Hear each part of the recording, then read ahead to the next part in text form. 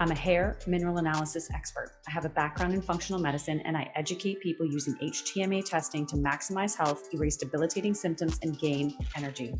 I'm a multi-time kettlebell sport world champion, and I'm constantly searching for high-performance pros from all over the world to bring you this human optimization podcast. My name is Lisa Pitel-Killah. Welcome, everybody, to a brand new episode of the Human Optimization Podcast, now brought to you by Vicon Supplements. Vicon Supplements has foundational, custom powders, as well as everything you need to live and perform better naturally. Visit our website, viconsubs.com, and use LPK10 to get 10% off all of your orders. Today, I'm super excited to announce we have on board Jean-François Tremblay. He has studied exercise physiology, biochemistry, pharmacy, and pharmacology.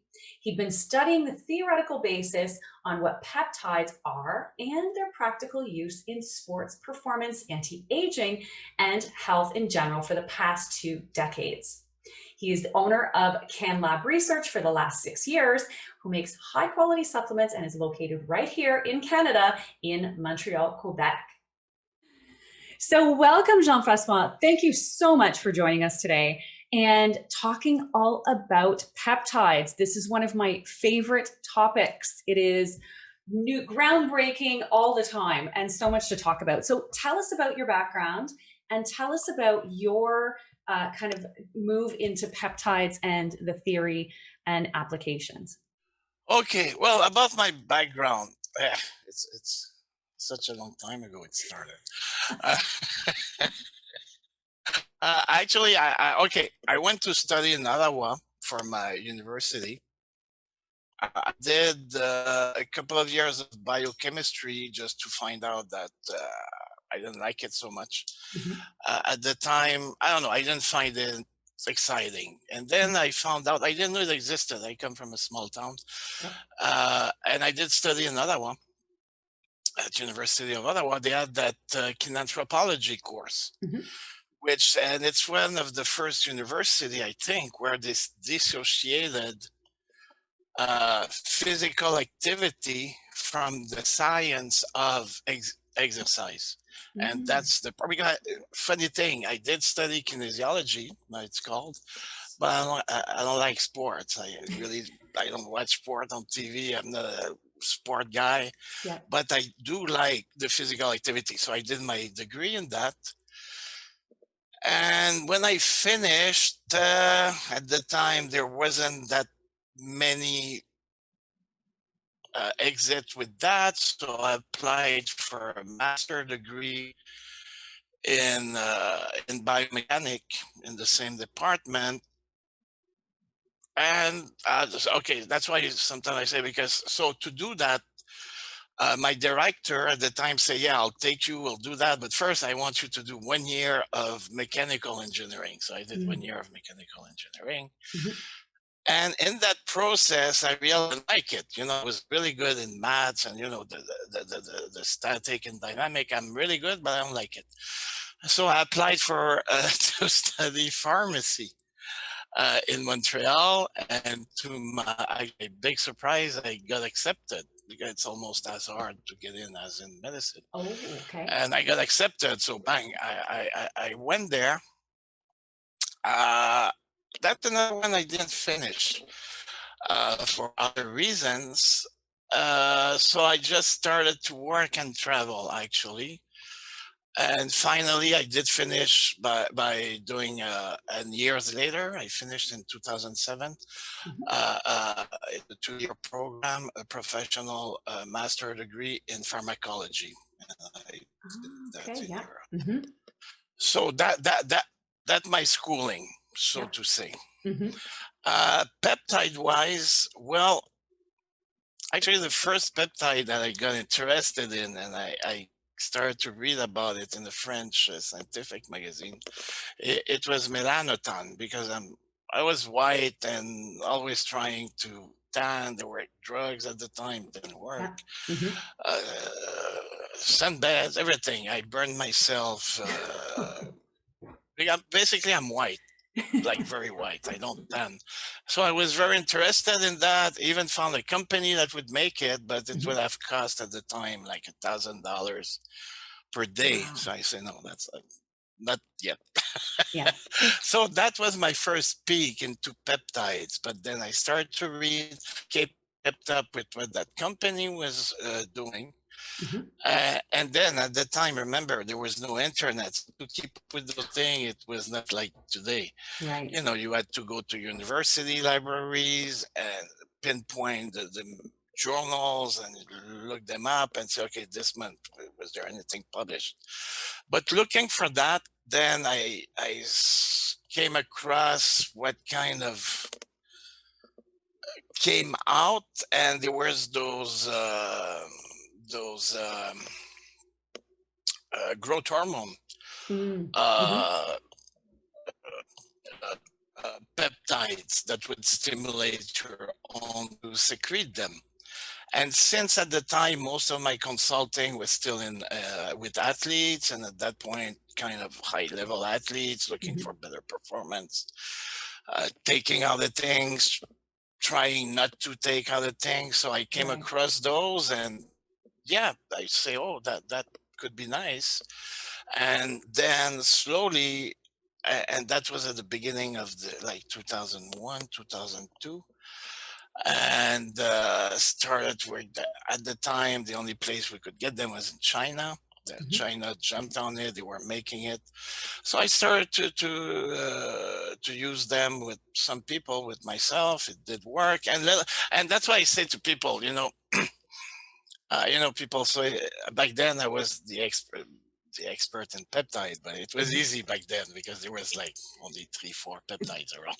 Yeah. So you would read a couple of articles and bang, you're the expert on them. But I just it kept growing, and more came out, and I don't know. I just find them to be great, basically. Yeah. So I kept using them, working with people, and it grew, and here I am today. And here you are. Well, that's amazing. And so let's tell people, because I know there's going to be a lot of people, there's practitioners that watch, but there's also a lot of people who are going to be wondering, what is a peptide? What do they do? Mhm. Okay, basically, a peptide, it's a small protein, Mhm. but and that's the point. It's too small to be called a protein. So Mhm. it's just a chain, officially up to 50 amino acids Mhm. linked one behind the other, uh, of 50 up to 50 amino acid. It started one amino acid. You call that an amino acid. But if you have two amino acid linked together, let's say lysine and a glycine, Mhm.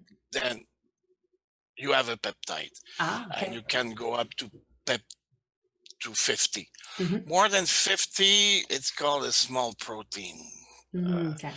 But technically, for example, growth hormone or insulin, they are chains of amino acids, and technically they could be called peptides. But no, we call them small proteins. It's just norms. Mhm. So it's very easy. The body produce them, lots of them. We now know more than 7,000 that we Wow. know that the body produce. Mhm. You're suspected they're probably around a 250,000, Mhm. maybe more, but we don't know at this point. Yeah. And out of those 7,000 that we know exist, we don't know all of them what they do. Mm. Many times now, when there is a new research paper that comes out, it's not that they found out that it existed, no, but they found out what it does. Ah, okay. And yes, sometimes they find new ones, but it Yeah. can be both. So it's and basically what they do, because we produce them, there's plenty of them. What they do, basically, they're signaling molecules. Mhm.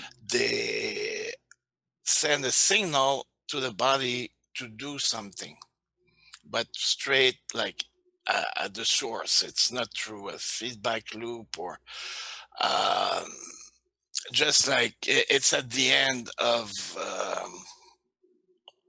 how would you call it, a metabolic cascade of things, Mhm. and at the end the peptide is released and send a signal to that to its target, so to say. Okay, and I know that, so there's a bit of a difference between peptides, like for example BPC 157, and other what we call, I guess you call them bioregulators, like for something like Visugen, for example. What's the difference Yes. between those, that kind of realm of? Well, in terms of structure and okay, the main difference, so to say, what you could say is that okay, many peptides we don't exactly know where the receptor site is or Mhm, where they attach to have their action happening. mhm, But the bioregulator, it's a class of peptides that we know how they work, and that's why I really like to work with those because you understand it's basically epigenetic at its core. yeah. They enter the cell, they enter the nucleus, and they attach to the DNA chain. They Mm, introduce themselves within the DNA chain, and they will provoke kind of dilatation. mhm, It's going to make it kind of change the configuration mm, of the DNA in that spot, yeah. which will bring about an increase in the gene expression in that area.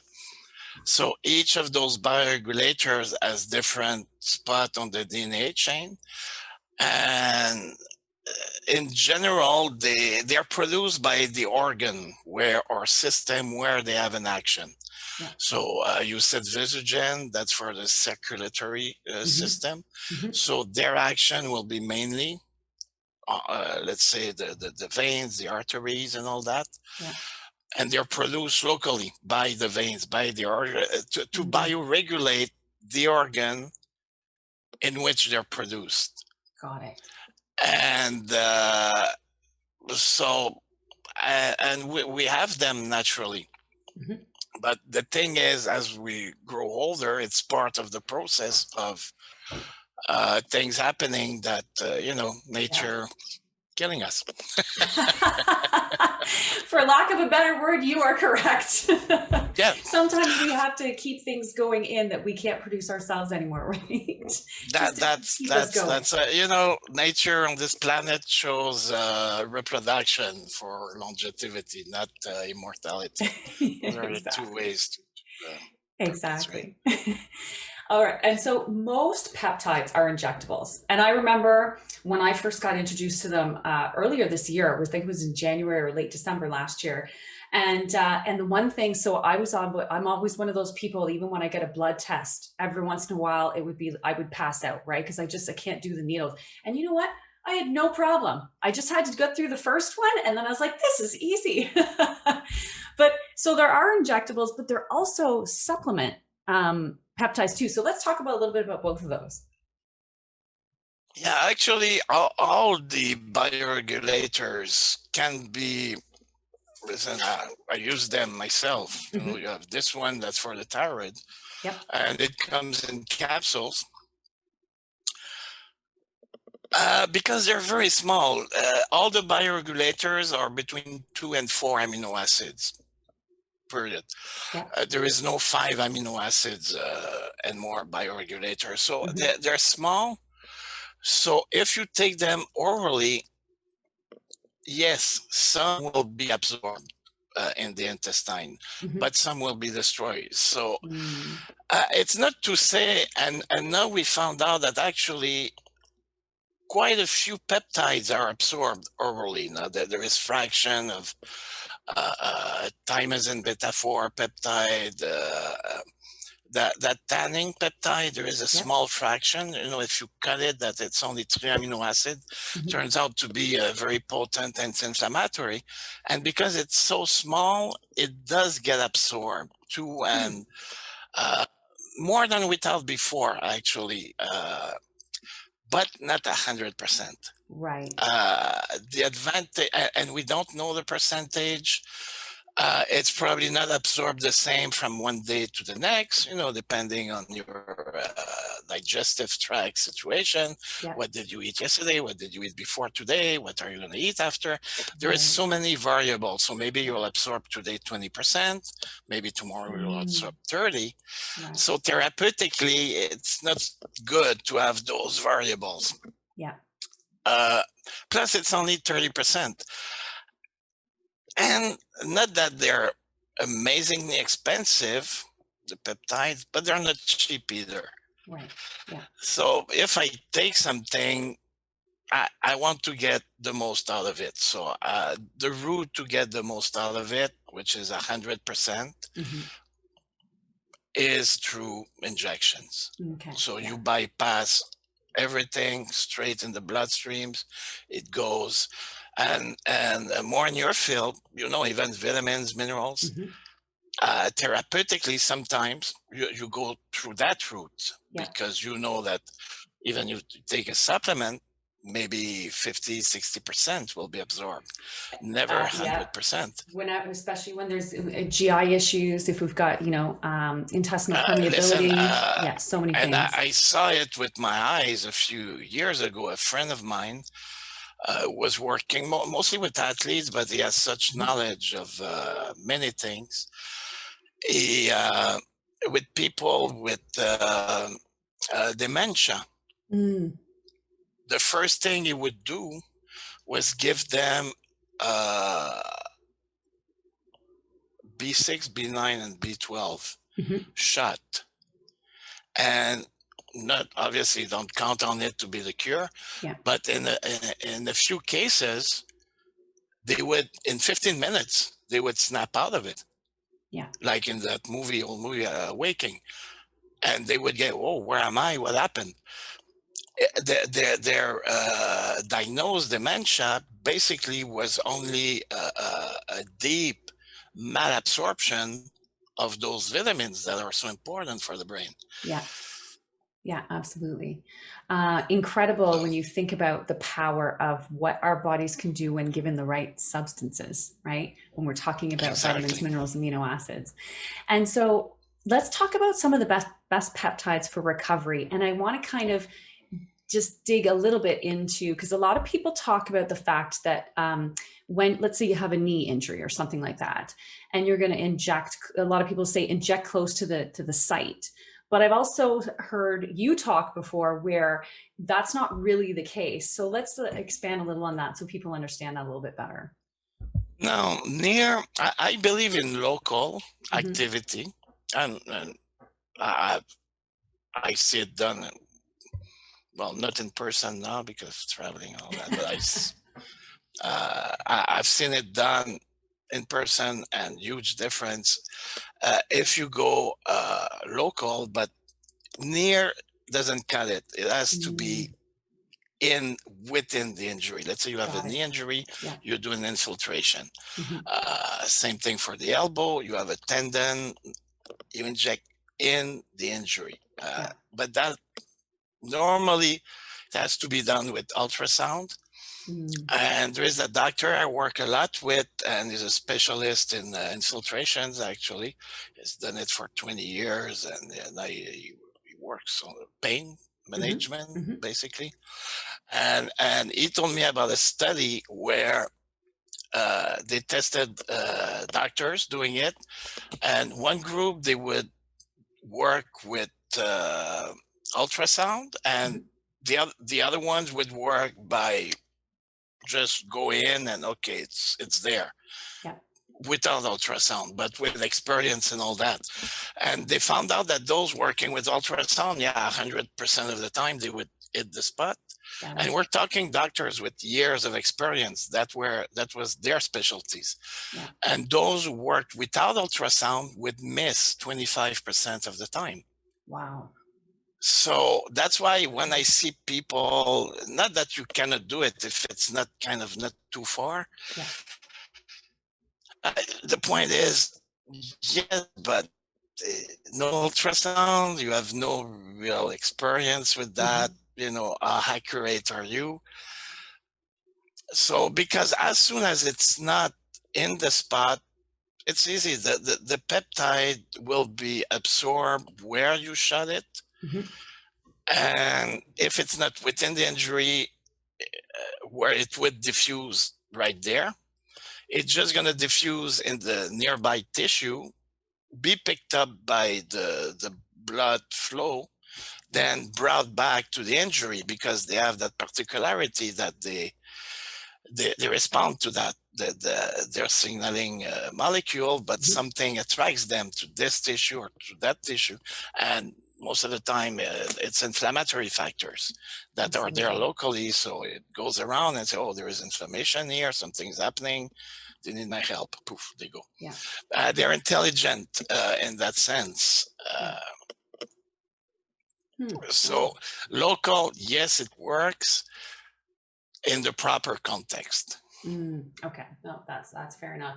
And so let's talk about some of the best peptides for healing when someone has, injured themselves somehow, or BPC 157 is all over everywhere. Everybody knows about that one now, right? So let's share a little bit about Thymosin beta 4. Yes. There are two. Thymosin beta 4 and BPC 157.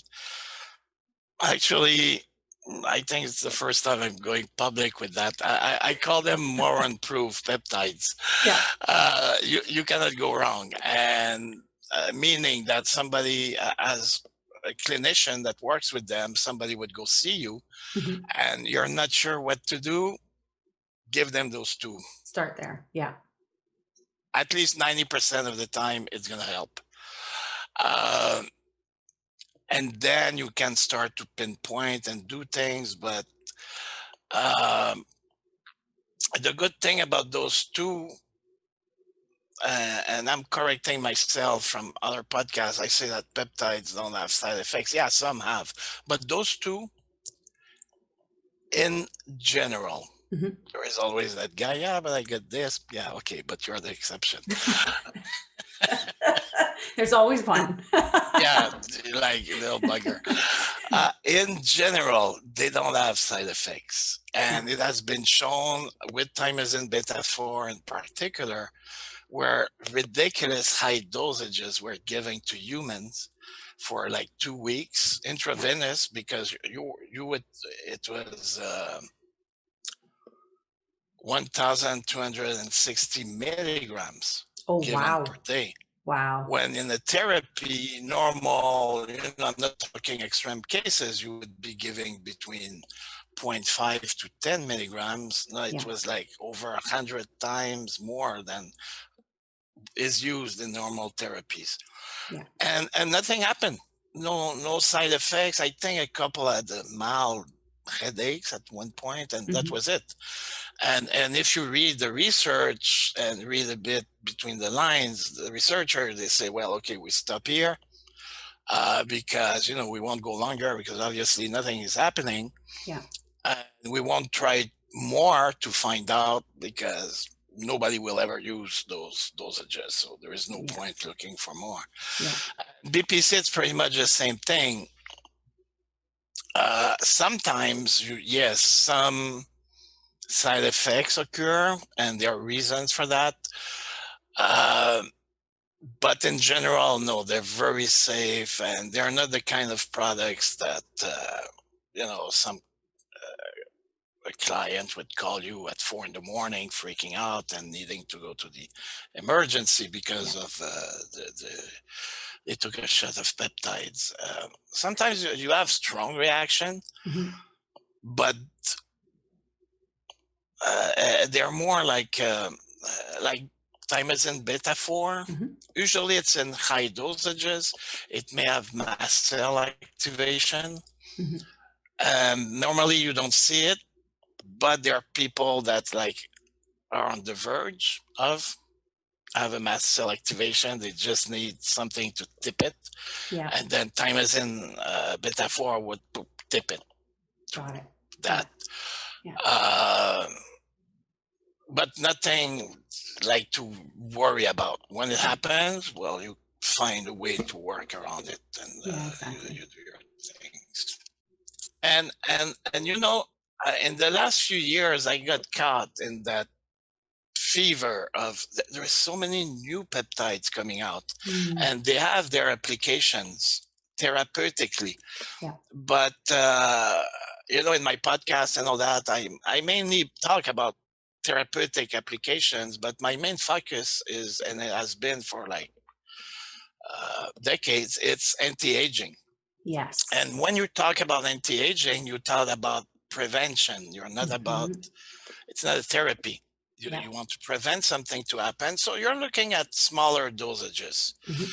And basically, and for a while, there is MUTC that came out, and humanin, and a lot of peptides that have been shown that, for example, humanin, probably listeners won't know, but it's just as an example. It's called humanin. Yeah. And that's one peptide that they found that in those Japanese people in Okinawa that live longer, like 100 years centenarians. plus, They have Okinawa, the island of abnormal. youth. Yep. No, sorry, it's not humanin. It's MUTC, that they have abnormal high levels of MUTC. Oh, isn't that interesting? So now, and I did for a while, somebody would go on an anti-aging program. I say, okay, take MUTC once in a while to bring it up. But the question is, okay, but they have abnormally high level compared to people of their age. Now, if you compare to people in their youth, then it's just that it's not that their level are higher than everybody. They're just higher than the people of their age. So they, but it's not higher than a guy in his 20s. Right. So they're accomplishing anti-aging. They are, but it's like they're not at the source of. So me, I have a tendency now to come back to those bioregulators, because one interesting thing, and you reread the articles and you go, it's like the Bible. Every time you read them, you find something new. Exactly. It turns out that those bioregulators, which are organ specific, are not so organ specific after all. For example, you take cardiogen for the heart, and as an example, I'm not sure it's actually the case, but you understand. But then you'll find a study where, but it has great effects on the brain or in other organs. So they're not so specific to that organ where they're generated. Yeah. And now the more I look into it, I'm writing a white paper on that, where I want to gather all those interactions of those bioregulators. So you wouldn't take it on. And that's why some of them, they are officially deemed anti-aging, because they have effects in the whole body. There is 6 or 8 of the 25 that are specifically called anti-aging because of those multiple organs, so to say, properties. Yeah.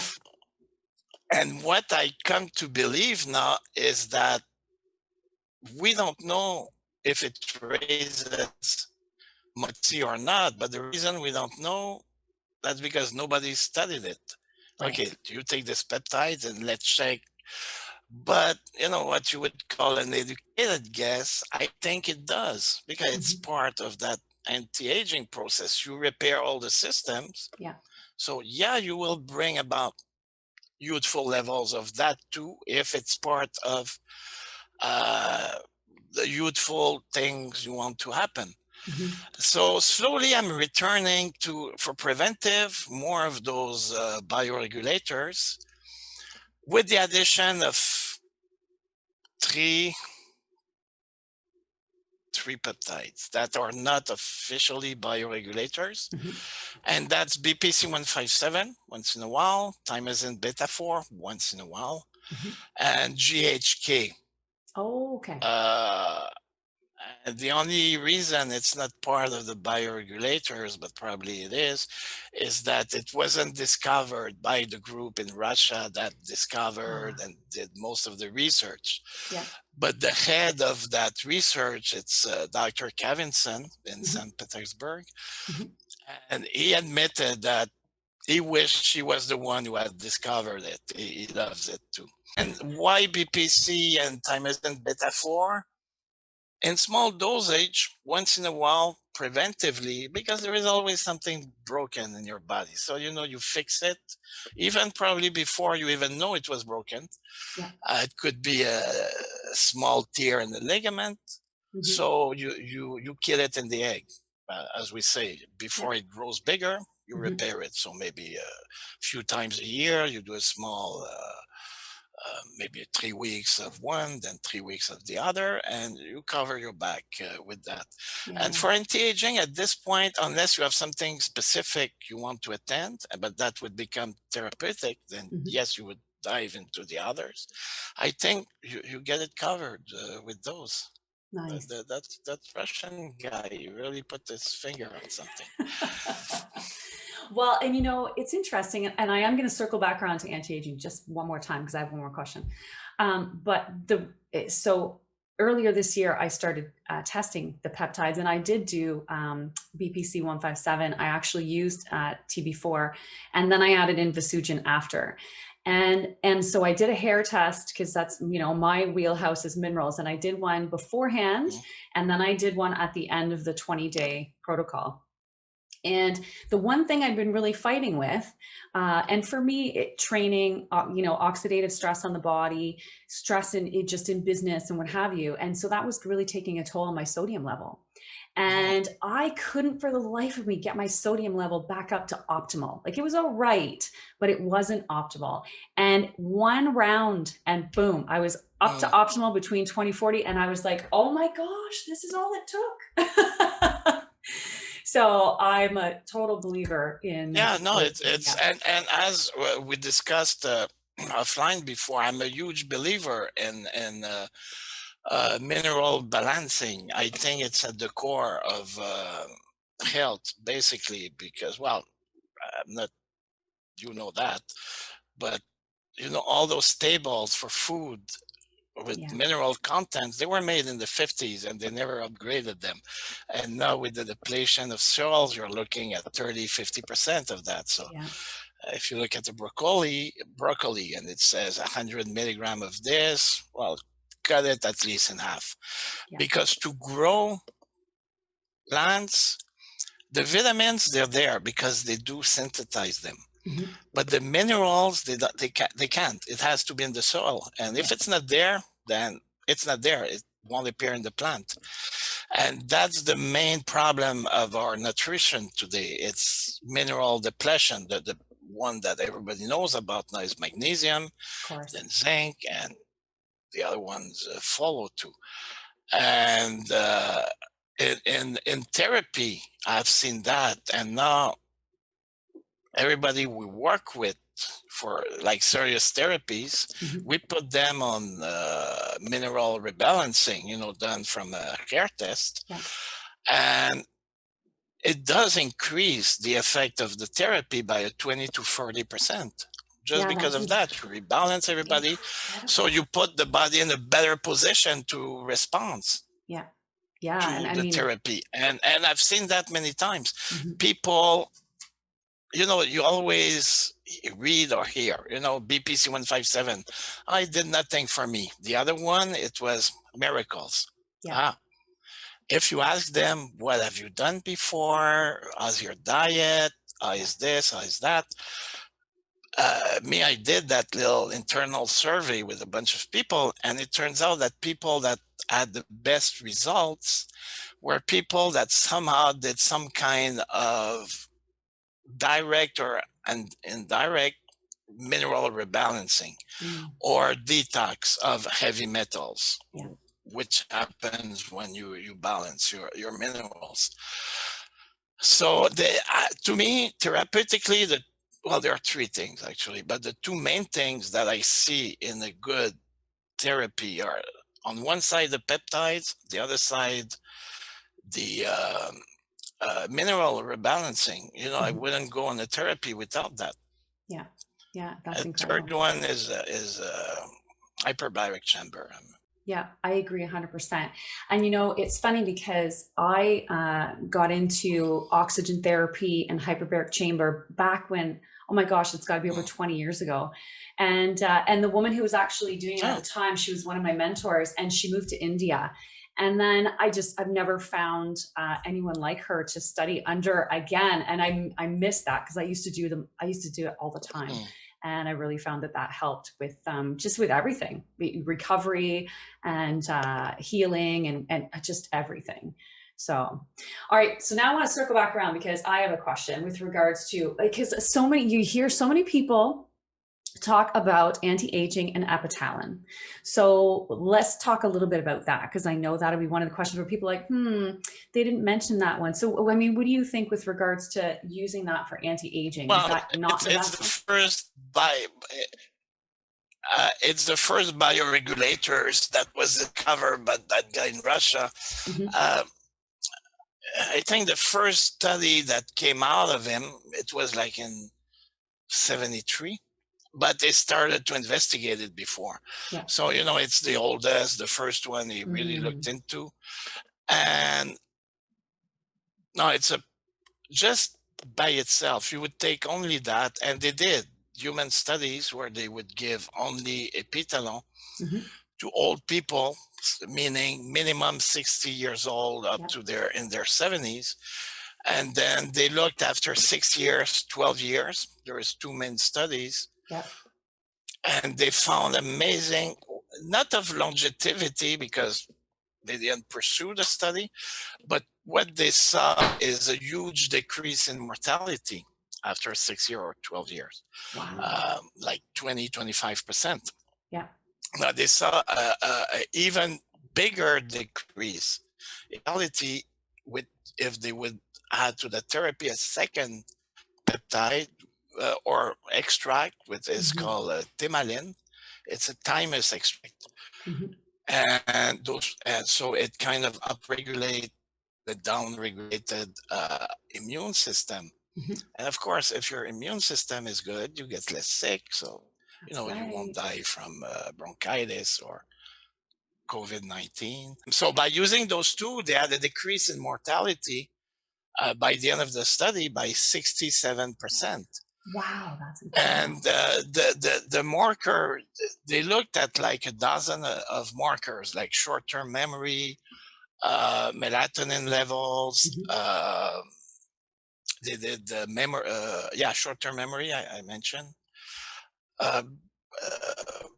immune stem, you know, white blood cell counts, agility, strength, like a dozen of markers. And basically what they saw at the end of the 6 and 12 years was a return of the level of all those markers, basically all of them, youthful levels. Wow. So the assumption is, okay, if it did that, everything is back to youthful levels, mortality is decreased by 2/3, well, chances are you would live longer. And what is believed is that right now we are, you know, the life expectancy is around 80. But I believe, a lot of people believe that our natural life expectancy is around 120. And we see it because all the centenarians that pop out in the world now, probably there were as many before, but it wasn't as documented. There was no internet. You know, they live like 113, 117, a couple of them, they go a bit beyond, but it really rotates around 120. Kevin said things, he believes it's 120. And what the difference of 30, 40 years that we have now, he calls it the age reserve, in which we can tap with those bioregulator therapies. Wow, that's incredible. Yeah. So that's what we have. Now, they are researcher in a broader sense of anti-aging. Now they believe maybe 150, 200 years, but you're talking something different. Right. You're talking organ replacements, because soon, in a few years, with those 3D printers, they'll be able to print you a liver, print you a heart, Yeah. all that. With near genetic manipulation, yeah, you're going to push that 120, but it's not going to be natural anymore. It's going to be artificial. Yeah. And at the extremes, you have the scientists, and they're the one who are going to talk to you about passing your consciousness to a computer. And they go that far. For them, that's anti-aging. Wow. Technically, it is. But You're right. that's the extreme. Yes. I'm not sure everybody wants to go to that extreme. Humanism, it's called. Oh no, it's transhumanism. If you look it up, you're Okay. gonna find it. And I'm like gonna do that. that's the ultimate goal. Wow. Yeah. Huh. Their anti-aging goal is that, to pass. That's why they call it transhumanism. You pass to a artificial system. Yeah. Wow. That's But incredible. in between, then yes, you have artificial organ, everything you replace. It doesn't work, we'll make one. Get him a new one. Artificial until at the end. Yeah. Yeah. Wow. That's incredible. So much science in so little time, I feel like. So, wow. yeah, And- well, no, we're in that age group that if we want and have the means, mostly financial, Yep. where it's pushed every time. So if you do what is known now, it's going to extend your life enough years that when you would die, then the line will have been pushed again. Yeah. So we're just in that wave that older people, I'm talking maybe 60 and up, and they're kind of too late. Yeah. But if you're 60 and under, you could ride that wave if you do everything right till, they push that little barrier, that decade. Okay, now we doing everything right. Now the life expectancy is 90. Then push it to 100. And, we're right there, there. Yeah, I agree. And I know that some people have, I guess, questions with regards, and I know I did at first, is what do you recommend just in general? And again, please, guys, this is just a general discussion. This isn't what you should run out and do tomorrow. Talk to a peptide coach or reach out to Jean-François so that you know what you're doing correctly. But how many cycles in a year, just for preventative and anti-aging, would somebody do? Would they just do maybe two 20-day stints with BPC and then maybe the same with TB4, and then how would that look? I'm gonna do, you know what? I have 2 cats and I love them. So I have my cats on peptide therapies. It's not expensive because they're small, so they don't need, it's maybe a 10th of the dosage. Yep. And so they're going to be longer with us. Yeah. So I'm going to tell you what I do with my cats. Basically, they're on those 6 bioregulators. In a funny way, okay, epitalon is one of the 6, thimalin, or the main peptide, because thimalin is an extract from the thymus, but they isolated that one peptide that has all that action at very small dosages. It's thymogen, so that can be synthesized.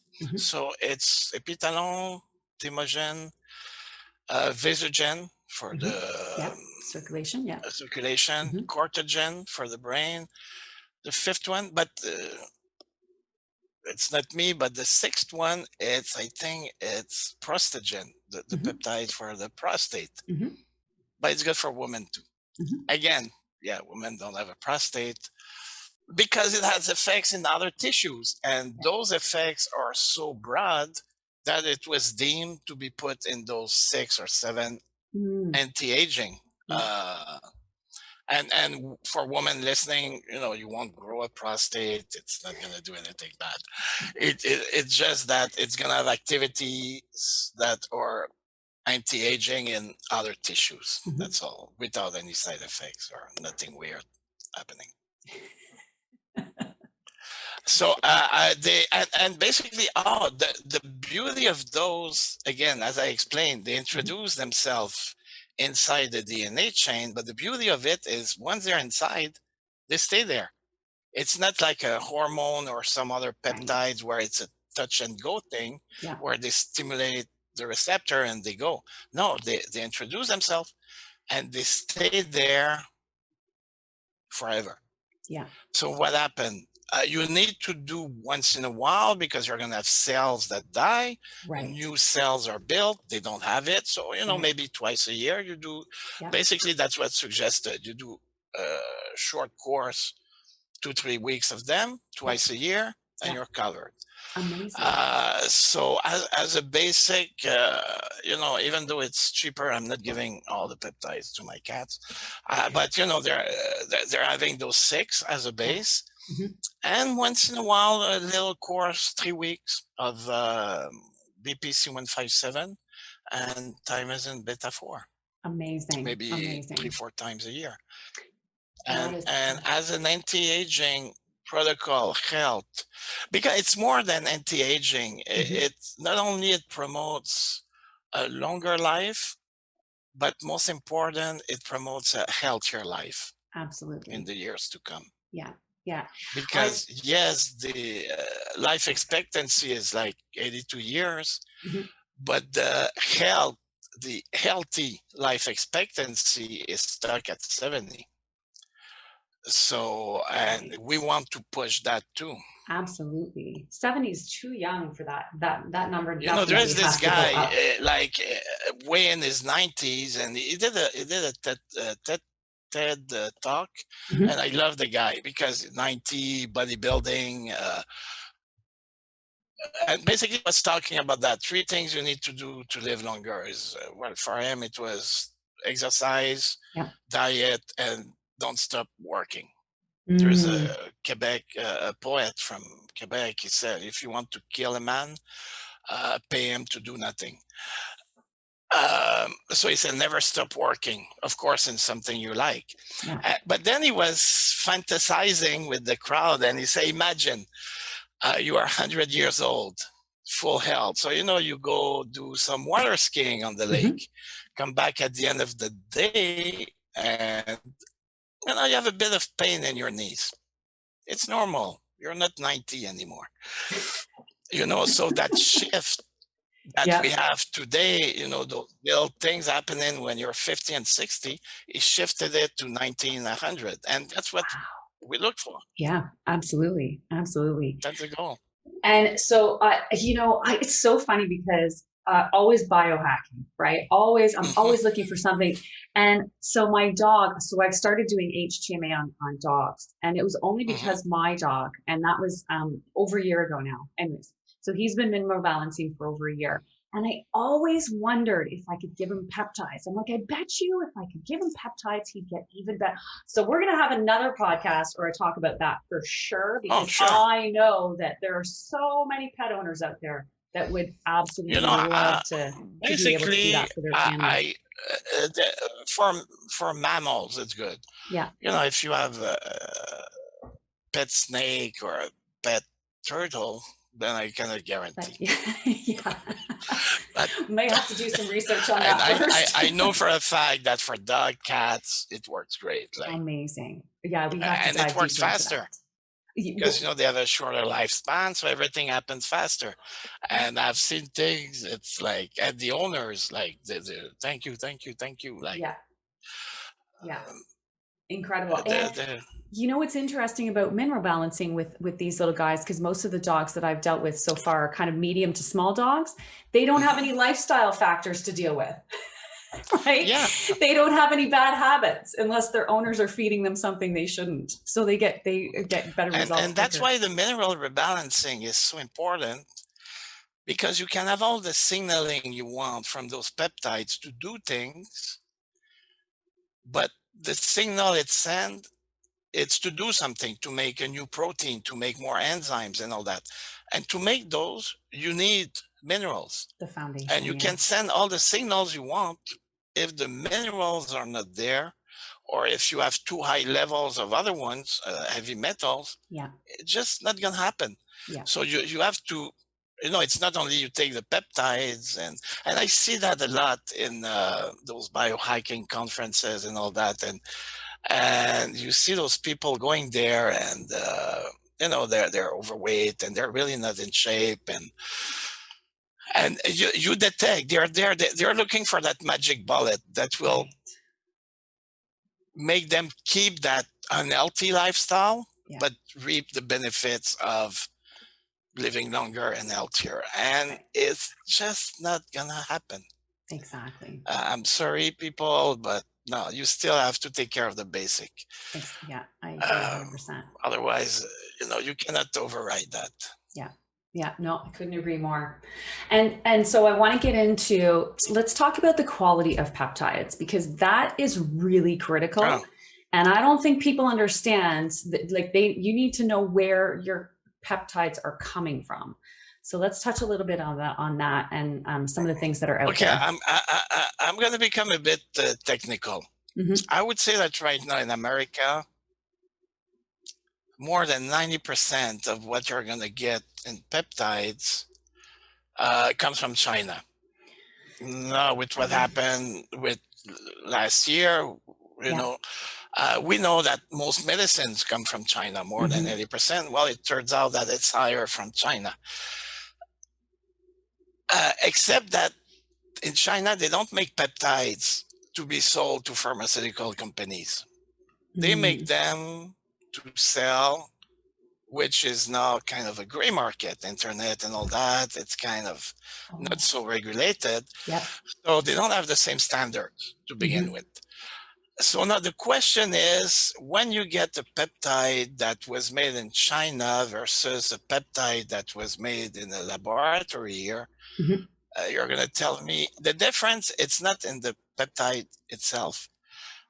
Because I got peptides from China. We would test them, HPLC and mass chromatograph. And let's say you have 2 thymosin beta-4 that show at 99.2%. So the Chinese one, well, yeah, it's the same and same percentage. It's not what you get that is important, is what you don't get. Because that 0.8% of the Chinese one is not the same thing as the 0.8% from a peptide made in a real pharmaceutical protocol, so to say. For many reasons. And why is that? Because in China, they mass produce. So to produce, we're talking in kilos and kilos at the time. We know by experience, because I have a company, we make peptides, that there are peptides, there is a certain quantity you can make, let's say 20 grams at once, that if you try to make more, you're going to lose quality, either in percentage or there's things that are not supposed to be there will appear. But because in China, it's okay. People, they go on Alibaba, for example, and they'll see like 100 of labs selling peptides. No, there isn't 100 labs. You're looking at 100 resellers. There is only a couple of labs that make them, and you'll never hear of them. You don't know who they are. Because it's government control, and it works there. It's okay, you're going to do this, so there is no competition. So anyway, there is only a couple of labs, and they have literally the world as a market, so they have to mass produce. They don't have a choice. China is known for that. They are mass producers. There is no way you can make batches of 5 kilos of any peptides and have that quality.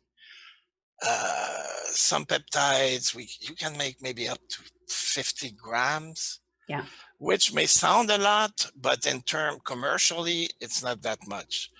So That's one of the factor. They mass produce, so the control water they use. And you're going to tell me, yeah, but the water, yeah, it does, because if you have water with traces of heavy metal, well, that 0.8%, that's where it's going to show up. Yeah. So there is all those factors that, yes, you're going to get the peptide is 99.2, but that's not what you should be looking at. You should be looking at that 0.8%. Yeah. What is it you're getting or not getting?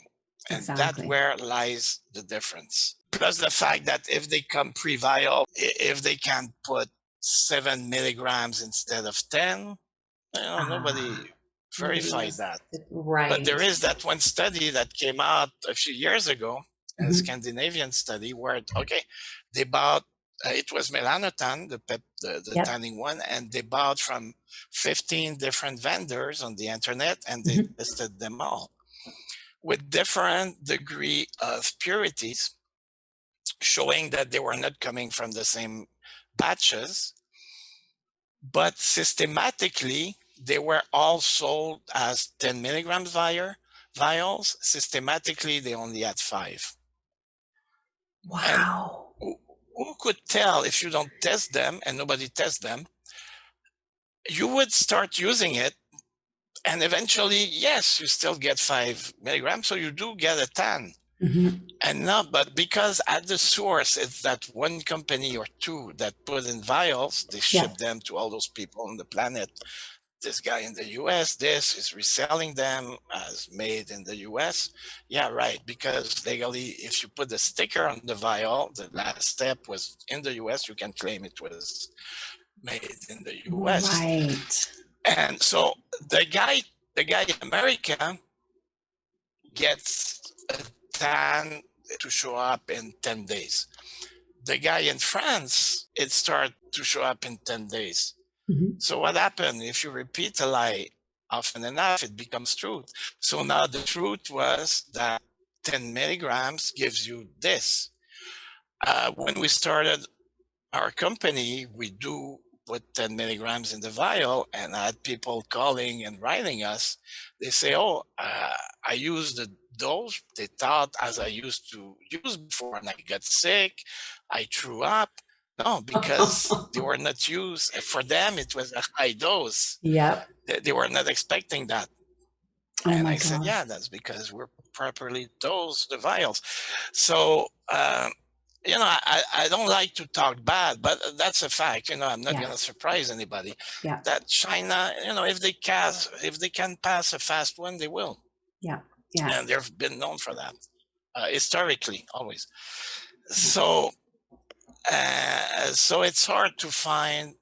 I'm not saying there isn't, but beside our lab that actually make them, I wish I knew, but I don't know of anybody else. Yeah. And so let's talk about your lab. Because it's too expensive. Right. And so let's talk about your lab, because I definitely want to make sure people know where they can get, obviously, Canlab Sciences products. That's the one I use all the time and I trust. And do you ship all over the world? That was my question. I'm like, I'm not sure how, Oh, yeah, we do.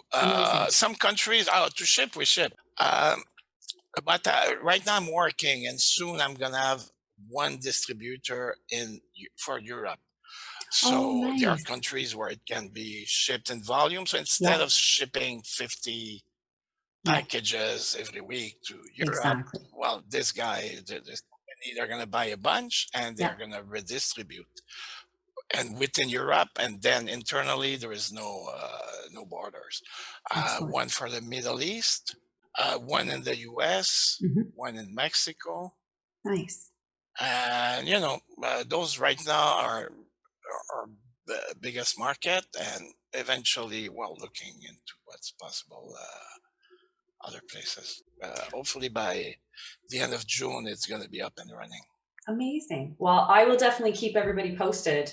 And again, if you're going to try peptides, make sure you reach out to a coach, get some guidance from someone who knows exactly what you're doing and what your goals are, because your goals, why else would you do it? If you don't have a goal, like, if you're, whether it's anti-aging or whether it's, muscle gain or fat loss, whatever it is, make sure you do a consult and find out exactly how to do the right protocol. Plus, part of our project for everybody with Natalie Nidam, Hmm. Hmm. we soon will put up a web page informational on Oh, peptides, wonderful. like BPC 157 and what is known, what Yep. can be done, and but not the bro science thing, really, Hmm. like as much as possible, backed up by articles and Yeah. by real doctors and what we know so far. Yeah. So we're working on that. She's very Hmm. busy. I'm very busy, but we really want that to come out. Yeah. And more on the professional side. And I'm not talking about only doctors. I'm talking about practitioners of Hmm. any specialty that would see an interest in peptides. There is what's going to come out this year too, and I'm part of it. It's the International Peptide Academy. Oh, excellent. So it's kind of where to pick up where I'm doing that with Matt Cook in California. Hmm. So it's we want to pick up where maybe the International Peptide Society lacked, Mm. which is in practical application. Yeah. Because the main complaint I've read, and I've been to a couple of those conferences, and uh, it's very networking is great, but I've seen the doctors, they go there for 2 days, learn a bunch of stuff. Yeah. Monday, they get to their practice and they don't know what to do. They didn't learn Right. anything practical at Okay. all. Yes. Hmm. So we want to shift that to, of course, it would be, no, not you learn everything, but there is, let's say we have a weekend conference. At the beginning, it would be like Zoom and all that, but Hmm. we hope to have it physical, but keep the Hmm. Zoom. It's not a bad thing. Hmm. Where they would attend and maybe learn, even if it's one condition, Yeah. but they learn what to do with that. So Hmm. Monday morning, they have clients who have that condition and they say, oh, okay, let's have this now, let's Yeah. try it. Yeah. And the other things we want to include is now I started to gather presenters Hmm. that are innovative. I had a Skype Dr. Zimmerman, Hmm. and I love the guy. It's funny because at the beginning I had consults with him, and then, but that's why I like him, because he learned from what we talked about in that consult, Yeah. and he pushed the envelope. So now, last time we talked, he wanted to know, he's doing peptides with stem cells and Oh. exosomes. Yeah. And he wanted to know, okay, now since they are in the live, uh, they're mixed. Hmm. So is there enzymes that will degrade them, will degrade protease? It's called the Hmm. peptide. So how long can I keep that before, say, is it 5 minutes? Is it half an hour? Is it Yeah. affected or not?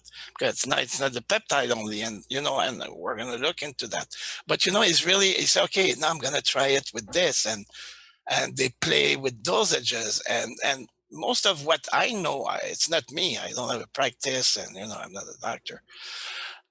But I learn from those people I talk with, and Of course. I interact, we exchange idea, or maybe you should try this, or how about introducing that, and I Hmm. get feedbacks. And so we want with Matt to bring that in that academy. So we want to make it really international. Yeah. So I actually had a Zoom last night with a guy that I'm becoming friend with, and there is that academy now for doctors, but all practice in Hmm. Switzerland that Hmm. is going to open soon, and they want to introduce peptides. So now we're going to Oh. look into a way to have those.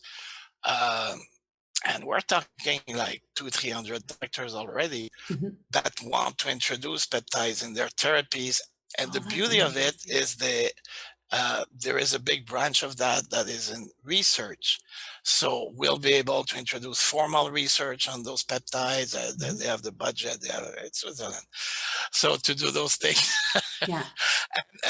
This year is very promising in that many things that will come out that will benefit clinicians and everybody in terms of knowledge, because there is still a lot of confusion. Again, it's not like aspirin. You know, aspirin is great. I love aspirin, but aspirin is easy. You take 2 and every 8 hours and you're good.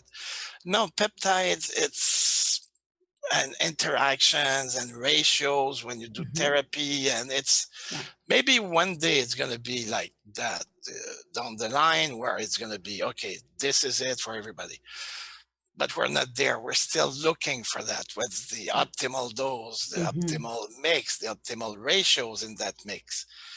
It's all new, and then new peptide comes in. Oh, okay, so now how do we bring it in? Now we have to add that into the mix. Then we start all over again. Yeah. For example, just very specific, LL37, which is antimicrobial and antiviral, and a paper that came out a few weeks ago showed that the peptide binds. I didn't read it well yet, but it binds on any COVID viruses on the spikes. Yeah. So it cannot attach itself to the where it attached, so it makes it useless. Yeah. But the problem with LL37, which is has a lot of activity, and that's one you can derivate side effects because it's very cytotoxic. Right. So you cannot take a lot, otherwise you're going to feel it, cytotoxicity. And then you have that other peptide, which is thymosin alpha 1, that has been used in COVID treatments with great results. There is those guys somewhere, and I have a few studies, I've seen it, but there is actually a guy from Germany wrote to me, say, what about this peptide? Can you make it? And now we're in a position, and we're making it. It's being synthesized right now, where they made a hybrid of those two. So they take the part of the LL37 that is active, and they take a part of thymosin alpha 1 that is active and is good for cytotoxicity. So one is cytotoxic part of the molecule, but the other one counteract that. And it turns out to be a great peptide. That's a man-made one. It's not doesn't occur of nature. So it's very specific, and there isn't that many studies, but we made a couple of grams. I have a few clinicians that are, they're going to try them out. And because I have clinicians that work with serious cases of COVID, they have great results. So now we're going to see if you introduce this one, what kind of better results or not we get, and see what happens. But that's right now, it's done at a small scale, but with that Swiss thing and then the academy here, and if we have some kind of collaboration, it's gonna go up a huge notch. I think so. And it will be international. That is for real. That is so exciting. And I do think that there's such a huge area for physicians, whether an MD, ND, chiro, doing minerals, wellness practitioner, whatever. I do think that there's definitely a spot for peptides in practice, because I firsthand, right? I'm using myself as a guinea pig, and next will be my dog. So everybody knows. If things should go, what I foresee, if things would go as they should, in 5 to 10 years, when you go see a doctor, in terms of prescription, there are two things. 90% of the prescription should be peptides and probiotics. Yes. Probiotics, we don't know enough yet to really be efficient, but give them 5 years. Because things are moving really fast. Yeah. You know, we're at that stage like the DNA. Remember when they first mapped the DNA? They said, "Oh, that's it. We have the key." Well, no, and then And epigenetic then came. It's oh, okay. exactly. Yeah. So I think there is an epibiome thing Mhm. happening. The interactions of all that now they're starting to see, and it's huge. But it's like the DNA, you know, thousands Yeah. uh, of those little things. But you know, they're working on once they get it down to a T, that the interaction that's going to do amazing thing. And the peptides with that, at least 90% of things could be resolved with peptides and probiotics. That's amazing. Yeah, well, I always look forward to podcasts, first of all, because I always learn so much from my guests. Thank you so Yep. much, Jean-Francois, for sharing all of that information, wealth of knowledge. And so check out Jean-Francois's website. You can order all of your high quality peptides at canlabsciences.com. And for those of you watching on YouTube, make sure you subscribe to my channel. There's a brand new episode every 2 weeks. Give us a thumbs up. If you're listening on your favorite podcast host, make sure you give our episode a like and follow us for more. We'll see you next time. Thanks for listening to today's show. Head over to lisapitel-killah.com to gain access to some amazing free resources that will help you gain energy, erase debilitating symptoms, and be the best version of you. Remember to give this podcast a like and follow me on social media at Lisa Pitel-Killah. I'm here every 2 weeks with a brand new episode of the Human Optimization Podcast. Until next time.